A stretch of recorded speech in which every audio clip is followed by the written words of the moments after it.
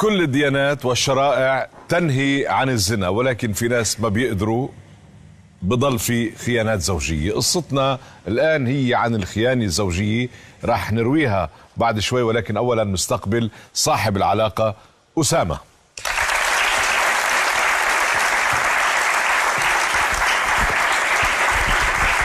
أهلا أسامة، كيفك حبيبي؟ تفضل. يا أخبارك أسامة؟ الحمد لله. طمني عنك. الحمد لله كثير مليح. شو بتشتغل حضرتك؟ أنا مهندس صورة، بشتغل في سمعية البصري. نعم، من المغرب. من المغرب. يا أهلا وسهلا فيك. بارك الله فيك أسامة. أسامة بس لأروي لكم قصته، عنده قصة مع زوجته. أسامة كان له 2 سنين مزوج هو وزوجته السيدة سارة. هو بيشتغل بشركة اتصالات، هي بتشتغل بمركز اتصالات. كانوا عايشين كتير منيح، اثنينهم بيشتغلوا، وضعهم الاجتماعي كويس، الأهل جنبهم حواليهم، عايشين مبسوطين بألف خير. سارة عندها صديقة حميمة يعني وقريبة منها، تتردد على البيت لعندهم، بيشوفوا بعض، بيحكوا، صداقة عائلية. سارة كانت بالشغل ذات يوم، تعبت، حست انه مريضة، نصحوها اصدقائها حواليها وزملائها بالوظيفة، قالوا لها روحي على البيت ارتاحي. اخذت اذن من مديرها، رجعت على البيت حتى ترتاح. دخلت شافته باحضان صديقتها. مفاجأة كبيرة إلها طبعا. كيف صارت القصة؟ أنا ماشي خنتها مع الصديقة ديالها، أنا ماشي شو كنت عم تعمل مع الصديقة؟ أنا ماشي خنتها مع الصديقة ديالها، ولكن أنا من نهار الدار باش منين كان انخصام بيني وبينها، حطيتها في العمل ديالها ورجعت للدار. الثقة العمياء ديال الزوجة ديالي اللي كتعطيها المفاتيح ديال المنزل، كتبقى الزوجة ديالي في الدار، الصديقة ديال الزوجة ديالي كتبقى في الدار. أنا رجعت كنلقى الزوج، كنت فاجئ كنلقاها في الدار كتقول لي أجي نهضروا، أجي نتكلم، أجي نحلوا مشاكل الزوجة ديالك، حتى كترتعمي عليها. في بإذن المرة ديالي كتدخل، ما مشاتش العمل. طيب هل كان في علاقة بينك وبين هذه الصديقة من قبل ولا لا أول؟ لا سبحان الله يعني. لا سبحان الله ما كيف ثائبت؟ لا يعني زوجتك كيف إلهامها؟ لا هي الثقة ديال الزوجة ديالي فيها، هي اللي خلاها. يعني مش خطأك، هذا مش خطأك بتقول؟ لا خطأ يعني مش خطأك. أنا بغيت نسال الجمهور الكريم باش بالحضور الكريم باش يعرف بأن أنا ماشي قصدت نخون الزوجة ديالي أو لا، أو ما عرفتش. أنا ضعف الإيمان، فوالا ضعف الإيمان اللي ما عرفتش. على كل حال يعني بنتشكرك انك وثقت بالبرنامج، حبيت انه ترجع زوجتك من خلالنا. بقى بتمنى انا هالشي يصير. خلينا نشوف. انا بعثت لها رساله الى ساره وسلمتها ساعيه البريد، بنشوف اذا وافقت على المجيء.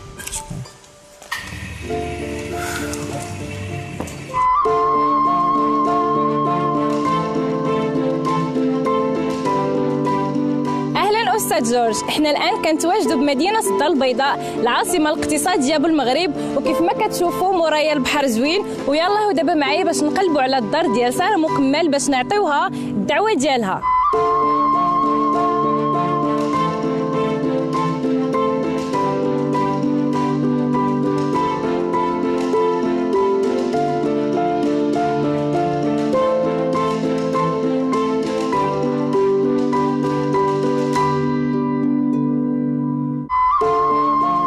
واخيرا دابا حنا وصلنا للحي الحسني، ودابا غادي نقلبوا. راه الدار ديال ساره مكمل غير هنايا، اجيو معايا نمشيو عندها.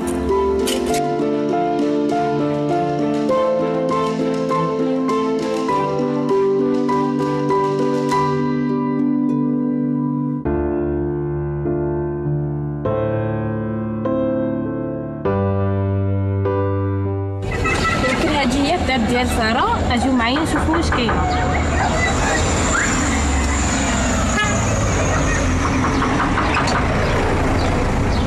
السلام عليكم لاله. ساره مكمل هادي، لاباس عليك؟ مزيان. عندك واحد الاخ ديالك سميتو مهدي، لاله ساره حنايا جبنا لك واحد الدواء من طرف الاستاذ جورج قداحي. جورج قداحي. جورج قداحي تماما. قبل الدواء ديال الاستاذ جورج؟ بيان سور. ان شاء الله لاله، وشكرا بزاف وسمحي لنا.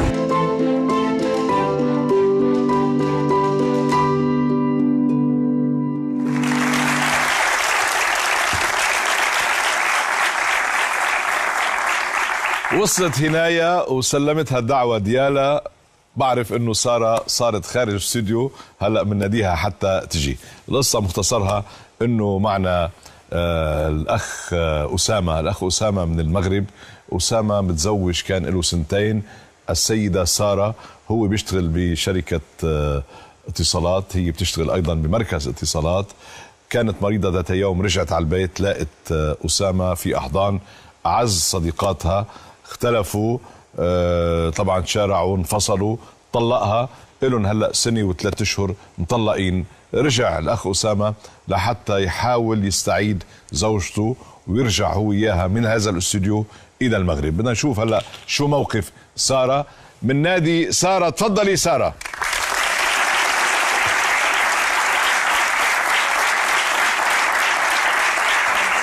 أهلا بسارة. أهلا يا قمر، كيفك؟ تفضلي عيوني. اهلا وسهلا. كيف احوالك ساره؟ الحمد لله. طمنيني عن شغلك. الحمد لله تمام. شفناكي لابسه نظاره كنت قبل لما سلموكي الدعوه. ايوه. شلتيها؟ شلتها. حتى كونتاكت لانسز؟ لا بس انا شايفاك. منيح؟ منيح 100. اهلا وسهلا فيكي. بعدك بشغلك مركز اتصالات؟ شو شغلك؟ شو بتعملي؟ بعمل زي ما بتقولوا كده بنبيع خطوط. بتبيعوا خطوط؟ شركة اتصالات يعني.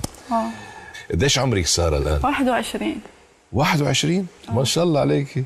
أهلا وسهلا فيكي. ميرسي. سارة، ليكي في شخص آخر هو دعاكي إلى هذا الاستوديو لأنه يمكن في عنده مفاجأة، في عنده شيء مهم بده يقول لك إياه، في ما بعرف شو السبب. بقى تحبي تعرفي مين الشخص اللي دعاكي؟ طبعا. طلعي بهالشاشة فأذا.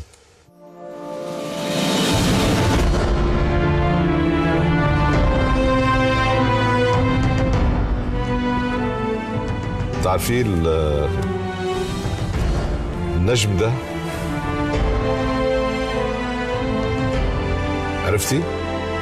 عرفتي هلا البرنامج شو معناته؟ هذا البرنامج اسمه المسامح كريم. ما تزعلي. بس انا مش عايزه يعني، انا ما جيتش هنا عشان. طيب خلص بس هو يا دعاكي. هلا جيتي عشاني. انا وياكي عشانك يعني مش عاوزه اشوفه ولا انسي. انا ما جيتش هنا على قبلة شيء. يا ستي انسي خلص. لا مش ممكن انسى، انا يعني ممكن اخرج ولا حاجه. لا انا مش عايزه اكمل في البرنامج ولا حاجه والله. تخرجي. انت فوق راسي يعني. تسلمي راسك حبيبتي، تسلمي هاتي لبوس راسك. انا لا والله لا والله. عادي.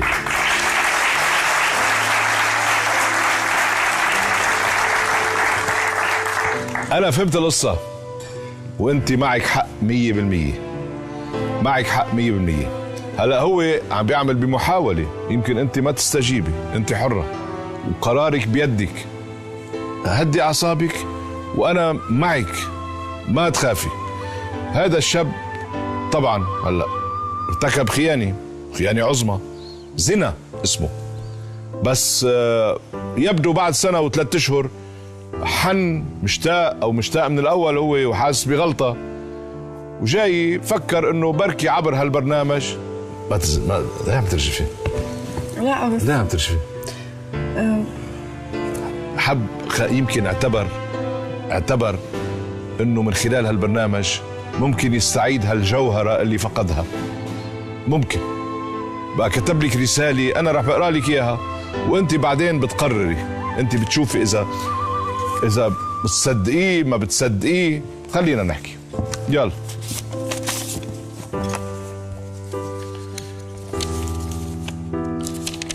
حبيبتي الغالية سارة، اشتقت لك كثيرا، لكن ليس أكثر من حبي لك. كنت أحمقا خائنا لم أقدر النعمة التي رزقني الله بها يا سارة، وهي الزوجة الصالحة والحبيبة التي لا تعوض.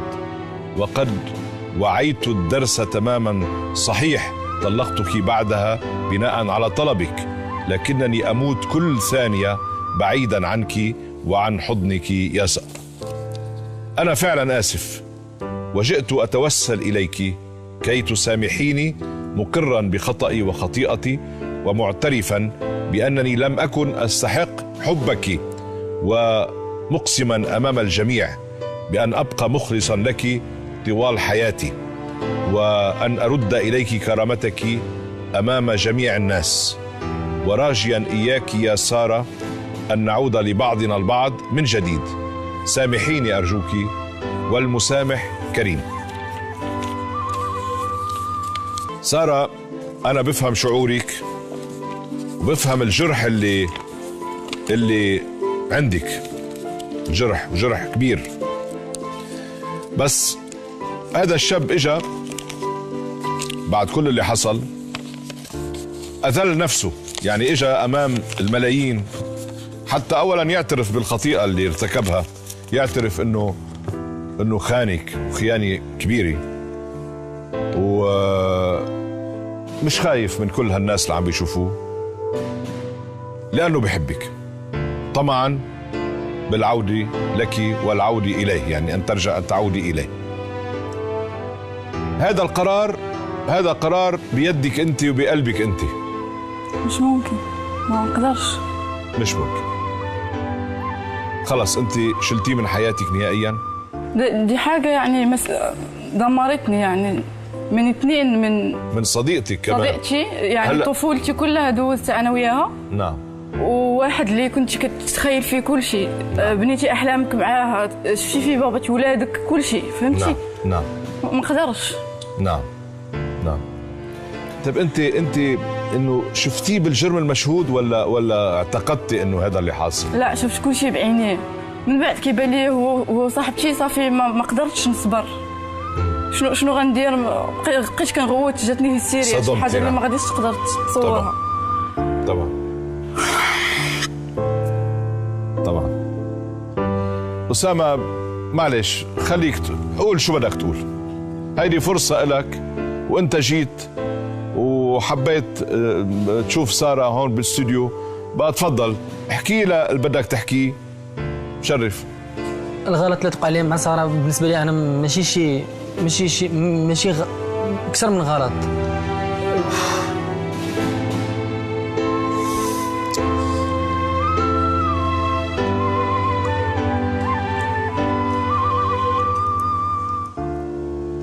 أنا هذيك المدة اللي كنت دوزت مع سارة عمري ما غنساها، اللي في الصراحة واخا طلقتها، واخا طلقت واشتغلت في الديار البلجيكية وخدمت تما كمهندس صوت. بغيت نتزوج ولكن ما قدرتش، عمري ما قدرت ننسى سارة. سارة عرفت فيها بزاف د الحوايج، عرفت إنسانة اللي في الصراحة عندها قلب كبير. لا انا عارف ساره، انا ما دوزتش انا وياها قليل، عارف ساره مزيان، عارف بان هاد الهضره ماشي هي اللي كتقولها، عارف بان ساره ماشي هي اللي كتهضر. ساره انا عارف اني كنبغيها الصراحه، عمري ما قدرت ننساها. هي اللي كتقول انني عندها راجل، عندها ماشي انا اللي راجل، كاين رجاله بزاف. انا كنقول قدام الملأ ان هي اللي كاينه لي، انا هي المرأة الوحيدة ديالي أنا، وأنا عارف بأن سارة عمرها ما قدرت تنساني، وأنا عمري ما قدرت ننساها. هي اللي كانت بأنني عمرها ما تسولات ولا شي حاجة، أنا ديما كنت كنسول فيها أنا، وكنعرف ديما الجديد ديالها وديما الأخبار ديالها. هادشي اللي خلاني أنني نجي لهنا البرنامج ديالكم وندق أبواب ديال البرنامج ونطلب السماحة منها. أنا عارف بأن غلطت ونطلب من الله يسامحنا واللي درناه. نعم. سارة، بدك تقولي له شيء، بتحبي تجاوبيه شيء؟ أنا مستعد أستاذ جورج نضحي بالغالي والنفيس من أجل ديالها أستاذ. شو أنا يعني؟ درت الغلط وكنتحمل المسؤولية ديال الغلط ديالي. أنا الصديقة ديالي هي اللي بصراحة اللي كنت ديما كنبهها بأن تبعد علينا الأصدقاء، تبعد علينا الصديقات ديالها، تبعد علينا، تخيل المشاكل بيني وبينها. أنا كان شي مشكل نحلوه انا وياه، لا داعي لي يجيب لنا شي واحد يدخل عندنا للدار ديما كنبه بان هذيك الصديقه ديالها ما تبقاش تعطيها السوارد ديال الدار، وهي لا ديما اللي في راسها، وملي كنهضر معاها ديما كتاخذ القرار ديال الوالدين ديالها. ما بقاش وصلت واحد النقطه اللي ما بقاش كنعرف. هي كاينه في الدار، ماشي حتى هي كاينه في الدار. ما بقيتش عارف بان لا هادشي ماشي مبرر. هادشي ماشي مبرر. واحد اللحظه قلت لك هذا مش مبرر. ما بقيتش كنعرف راسي واش انا مزوج بها هي ولا مزوج بصحاباتها ولا الوالده ديالها.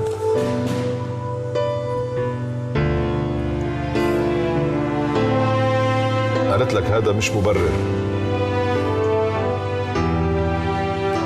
إلا عطاتني فرصة أستاذ، إلا عطاتني فرصة إن شاء الله آخر مرة غادي نبرهن لها قدام الملأ وقدام الله سبحانه وتعالى بأن غادي يكون خير إن شاء الله. سارة هذا الشاب تايب، إجا تائب. بدك تحبي تسامحيه؟ مش قادرة؟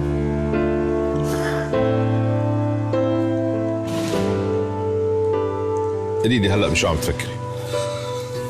ما عرفتش نقدر نسامحه ويعاود نفس لافوت. ما عرفتش.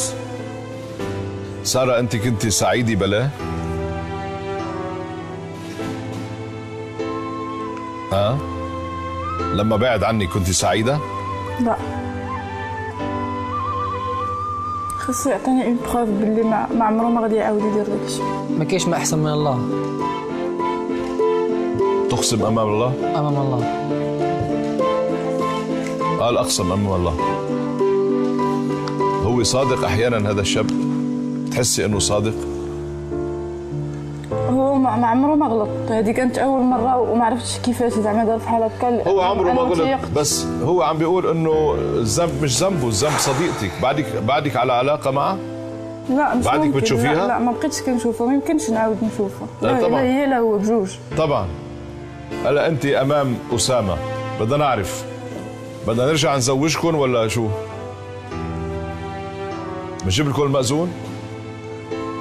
ما كرهتش. في مأذون هون قريب. بدك تسامحيه سارة؟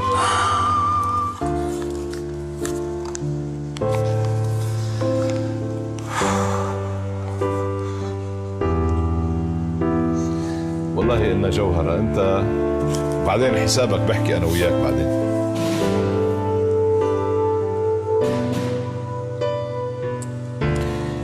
بدي أسألك سؤال بس جاوبيني. إيه؟ لما شفتي حسيتي هيك فرحتي ولا كنتي زعلانة؟ مش عارفة إحساسي. وشرف أبوكي شو حسيتي؟ تخلط عليك كل شيء. مفاجأة كانت سارة يا سارة المفاجأة ولا شو؟ إيه سارة، وفي نفس الوقت أنا ما كنتش بغيت نتفكر هذا الشيء وبغيت نكمل حياتي. ما بغيتش نبقى. طيب يمكن هذا الشاب نصيبك، يعني أخطأ وندم تايب. بدك تسامحيه؟ بدك تقولي له مسامح كريم؟ مسامح. قولي له سامحتك والمسامح كريم. أنا سمحت لك والمسامح كريم. يلا هاتي لابوك تعال.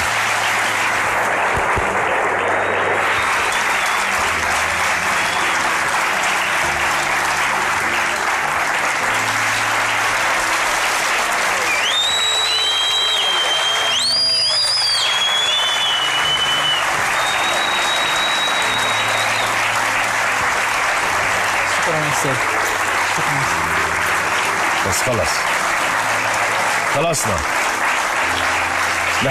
أنا رح تابع الموضوع. أنا تحت مسؤوليتي. هذه البنت هي زي بنتي، تحت مسؤوليتي. 21 سنة عمرها. قديش عمرك أنت؟ 32. كم؟ 32. 32 صار كبير عليكي.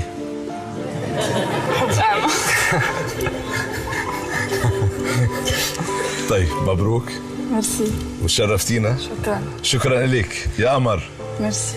جوهرة ورقيقة والله يوفقكم. وزهرة ديروا بالكم على بعض. يلا خدها بإيدها وإن شاء الله بتفرحوا الأهل كلهم.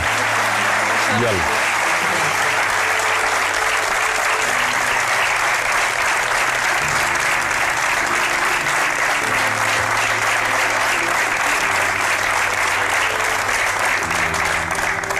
رفقا بالقوارير، مش هيك؟ على كل حال نلتقي إن شاء الله ببرنامج المسامح كريم مع قصة وقصص تانية. خليكن معنا دايما.